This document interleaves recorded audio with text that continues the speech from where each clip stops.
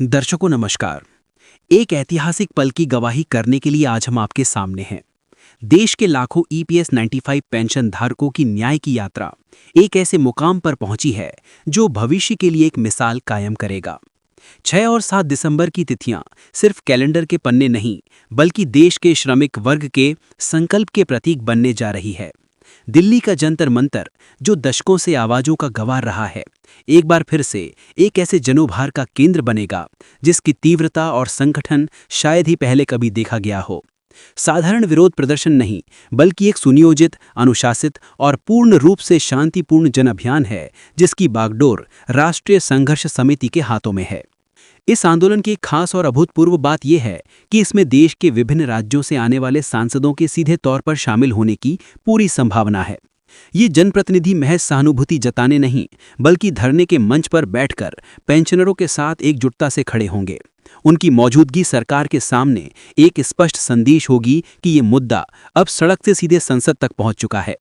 इन संसदों का एकमात्र लक्ष्य पेंशन धारकों की वैध मांगों को तत्काल स्वीकार करवाना है।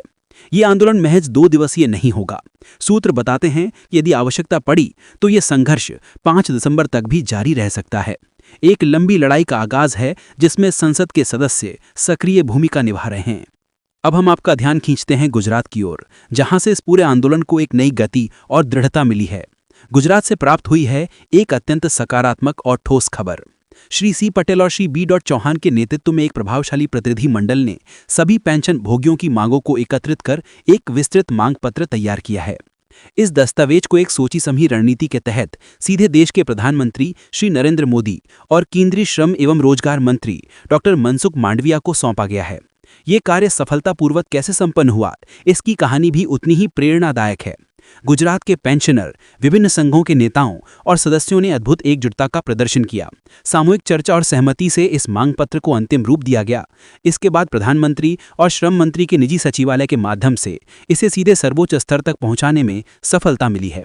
इसका सीधा सा मतलब है कि गुजरात के ईपीएस 95 पेंशन धारकों की आवाज अब राष्ट्रीय नेतृत्व तक बिना किसी अवरोध के पहुंच चुकी है। ये एक मामूली उपलब्धि नहीं, बल्कि एक बड़ी जीत की नींव रखने जैसा कदम है। अब हम इस पूरे परिदृश्य को गहराई से समझने का प्रयास करते हैं।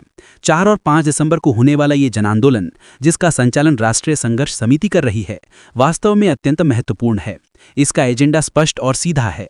एम्प्लॉय पेंशन स्कीम 1995 यानी ईपीएस 95 के अंतर्गत आने वाले लाखों पेंशन भोगियों की न्यूनतम पेंशन में एक ठोस, न्यायसंगत और तात्कालिक वृद्धि सुनिश्चित करवाना। प्रश्न उठता है, आखिर ये ईपीएस 95 है क्या और इससे जुड़े लोगों की मांगें इतनी जरूरी क्यों हैं? आइए हम आपको सरल भाषा में समझाते हैं। ईपीएस 95 यानी एम्प्लॉय पेंशन स्कीम 1995 ये एक पेंशन योजना है जो निजी क्षेत्र के उन कर्मचारियों के लिए बनाई गई है जो एम्प्लॉय प्रोविडेंट फंड ऑर्गेनाइजेशन यानी ईपीएफओ के सदस्य हैं।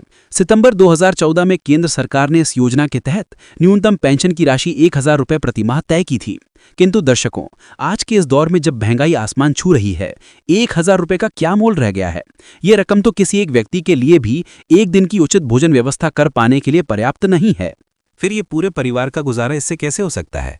यही वो मूल कारण है जिसके चलते पेंशन भोगी लंबे समय से इस न्यूनतम पेंशन को बढ़ाकर कम से कम 7500 प्रति माह किए जाने की मांग कर रहे हैं। ये उनकी जायज मांग है, एक अधिकार है, कोई भीख नहीं। अब इसके तकनीकी पहलू को भी समझ लेते हैं ताकि पूरी तस्वीर स्पष्ट हो जाए। जब कोई कर्मचारी ईपीएफओ का सदस्य बनता है तो उसके मूल वेतन का 12% हिस्सा प्रोविडेंट फंड में जमा होता है।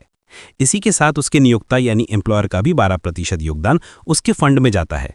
लेकिन यहाँ एक महत्वपूर्ण बात यह है कि नियोक्ता के योगदान के 12% में से 8.33% हिस्सा सीधे ईपीएस यानी एम्प्लॉय पेंशन स्कीम में चला जाता है, जबकि शेष 3.67% हिस्सा कर्मचारी के ईपीएफ खाते में जमा होता है।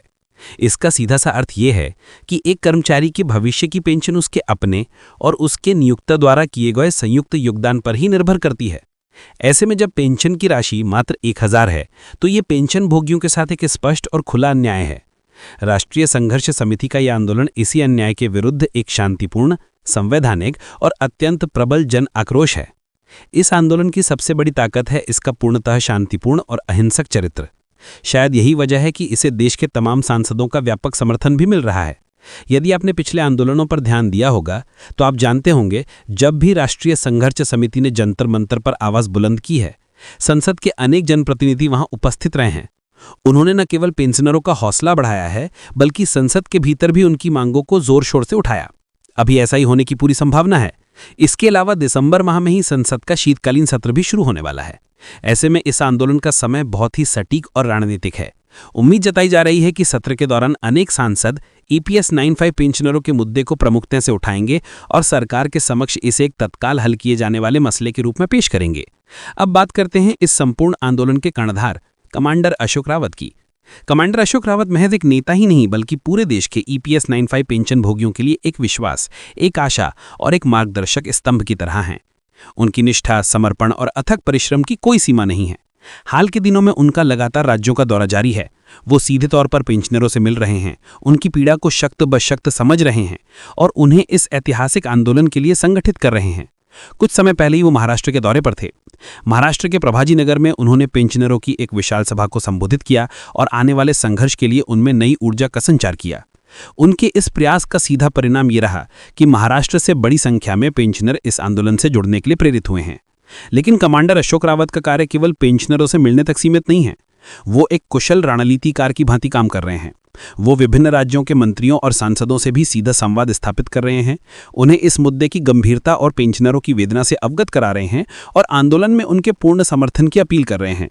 उनका ये प्रयास है कि इस प्रयास से संपन्न विभिन्न राज्यों के मंत्री सरकार पर एक ऐसा दबाव बने जिसे नजरअंदाज कर पाना असंभव हो जाए और सरकार जल्द से जल्द EPS 95 पेंशन में वृद्धि को स्वीकृति दे दे। एक बहुत ही महत्वपूर्ण सवाल जो हर पेंशन भोगी के मन में है वो ये है कि क्या EPFO के तहत जल्द ही 7,500 की न्यूनतम पेंशन की गारंटी मिल पाएगी। इस सवाल का जवाब अभी तक स्पष्ट रूप से नहीं मिल पाया है, लेकिन हाल के कुछ घटनाक्रमों ने पेंशनरों के मन में उम्मीद की एक नई किरण जरूर जगाई है। केंद्रीय श्रम मंत्री डॉक्टर मनसुख मांडविया ने हाल ही में राष्ट्रीय संघर्ष समिति के एक प्रतिनिधि मंडल से वार्ता की थी। इस बातचीत के दौरान उन्होंने EPS 95 के तहत न्यूनतम पेंशन सहित सभी मांगों पर समय रहते उचित कार्यवाही का आश्वासन दिया था। ये आश्वासन पेंशनरों के लिए एक बहुत बड़ी राहत की बात थी, परंतु एक मुख्य समस्या ये है कि आश्वासन लिखित रूप में नहीं दिया गया था। पेंशन भोगी एक लिखित आश्वासन चाहते हैं जिसमें स्पष्ट रूप से ये उल्लेख हो कि पेंशन कब बढ़ेगी और कितनी बढ़ेगी। अभी तक ये स्पष्टता प्राप्त नहीं हुई है। एक और महत्वपूर्ण तथ्य ये है कि इस मुद्दे पर गठित एक उच्च स्तरीय समिति ने भी अपनी सिफारिशें सरकार को सौंपी थीं। इस समिति ने पेंशन में बढ़ोतरी की स्पष्ट सिफारिश की थी, लेकिन दुर्भाग्य से इन सिफारिशों को अभी तक लागू नहीं किया गया है। यही वजह है कि इन पेंशन भोगियों का आक्रोश दिन प्रतिदिन बढ़ता जा रहा है। उन्हें लगता है कि सरकार की ओर से लगातार उन्हें टाला जा रहा है। ऐसे में ये आंदोलन उनकी इसी निराशा और बढ़ते आक्रोश का स्वाभाविक परिणाम है। कमांडर अशोक रावत का लगातार राज्यों का दौरा, चाहे वो पश्चिम बंगाल हो, उड़ीसा हो या महाराष्ट्र, इस बात का स्पष्ट संकेत है कि अब पेंशनरों की लड़ाई अपने अंतिम और निर्णायक दौर में पहुंच चुकी है। वो हर उस व्यक्ति तक पहुंच रहे हैं जो इस आंदोलन को मजबूती दे सकता है और उन्हें हर जगह जबरदस्त संख्या में लोगों का समर्थन मिल रहा है। ये समर्थन इस बात का जीवंत प्रमाण है कि ये मुद्दा सिर्फ कुछ लोगों का नहीं बल्कि देश के लाखों परिवारों से जुड़ा हुआ है। अब सवाल ये उठता है कि आखिर इस बार के आंदोलन का परिणाम क्या होगा। क्या सरकार पेंशन भोगियों की जायज मांगों को मानने के लिए तैयार होगी? क्या वो दिन दूर है जब EPS 95 के पेंशनरों को उनका हक मिलेगा? इन सवालों के जवाब तो भविष्य के गर्भ में छिपे हैं, लेकिन इतना निश्चित है कि ये आंदोलन एक निर्णायक मोड़ पर पहुंच चुका है। दिल्ली के जंतर मंतर पर 4 और 5 दिसंबर को जो कुछ घटित होने वाला है